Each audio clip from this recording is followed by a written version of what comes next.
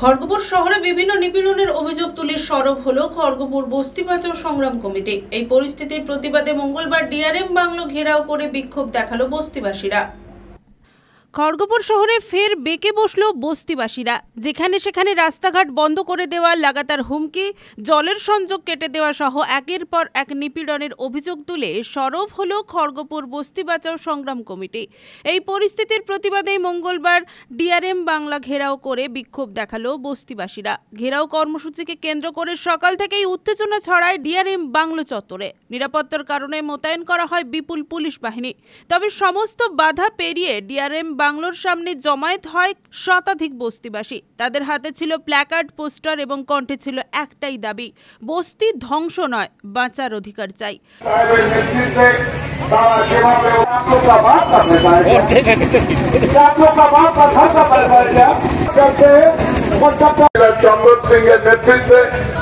যখনই কোনো উন্নয়ন প্রকল্পের মধ্যে বলতে হবে এবং সেই এলাকার কাউন্সিলরদেরকেও সঙ্গে নিয়ে তাদের পুনর্বাসনের মধ্যে দিয়ে সেই কাজ করতে হবে।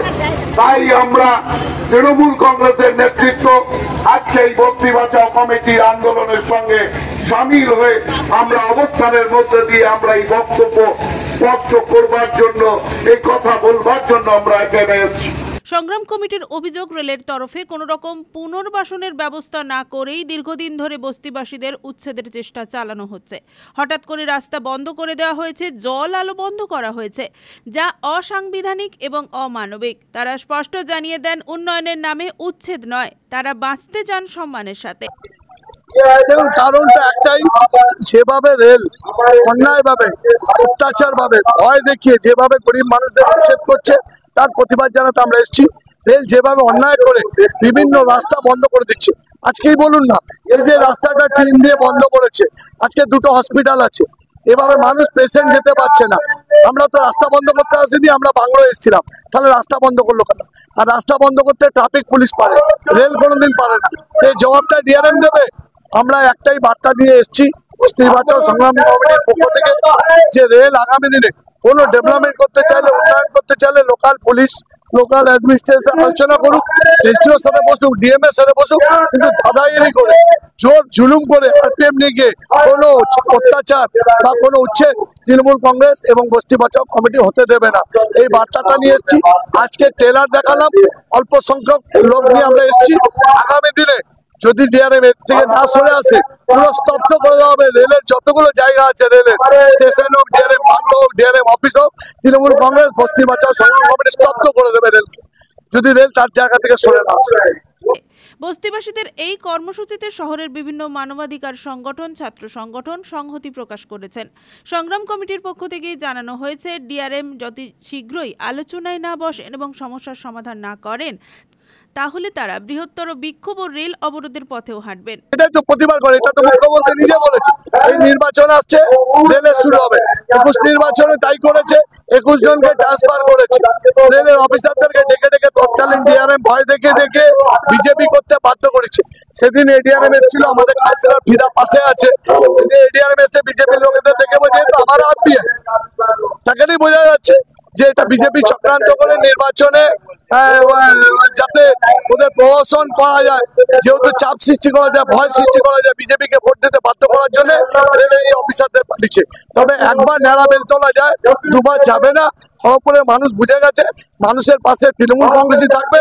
আগামী দিনে যে কোনো নির্বাচন, এই যে বিজেপির চক্রান্ত রেল অফিসারদের নিয়ে, এটা বেচতে যাবে। আগামী দিনে খড়গপুরের মানুষ মমতা বন্দ্যোপাধ্যায়কে আশীর্বাদ করবে, এটা আমরা বিশ্বাস করি। খড়গপুরের এই আন্দোলন নিছক একটি বস্তির প্রশ্ন নয়, এই লড়াই শহরের প্রান্তিক মানুষের অস্তিত্ব রক্ষার লড়াই। আন্দোলন যতটা পথ অবরোধের, তার চেয়েও বেশি একটি শ্রেণীর স্বপ্ন বাঁচিয়ে রাখার আর্তি।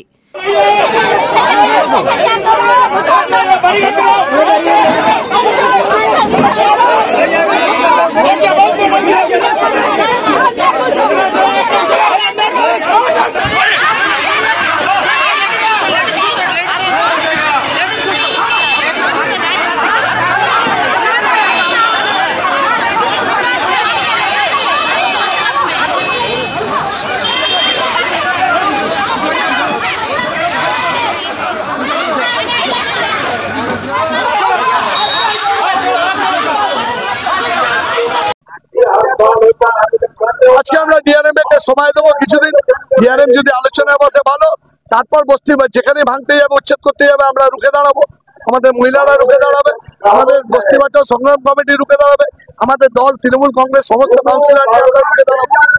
আমরা এই উচ্ছেদ রেলের দাদাগিরি মানবো না, এই উচ্ছেদ হতে দেবো না। রেল অন্যায়ভাবে যেখানে রাস্তা বন্ধ করবে এটা হতে দেবো, এটাই আমাদের একটাই কথা। রেলকে এখনো বলবো যে ডিআরএম বাংলোর সামনে এসে হাত জোর করে বলে যাচ্ছি, আলোচনা করুন, আলোচনার মাধ্যমে উন্নয়নের কথা ভাবুন। লোকাল পুলিশ লোকাল সরকারকে বাদ দিয়ে কিছু করতে যাবেন, এটা হতে পারে না। আর আপনি উনি বলছেন যে পশ্চিমবঙ্গে সহায়তা পায় না, পশ্চিমবঙ্গে আছে বলেই আপনারা নিশ্চিন্তে এখন সুন্দর আছে। তাই উনিকে বলবো বাংলার বদনাম করবেন না, বাংলায় থেকে বাংলার বদনাম করবেন, এটা ওনাকে বলবেন। পুলক বেড়ার রিপোর্ট, খবর BCBS।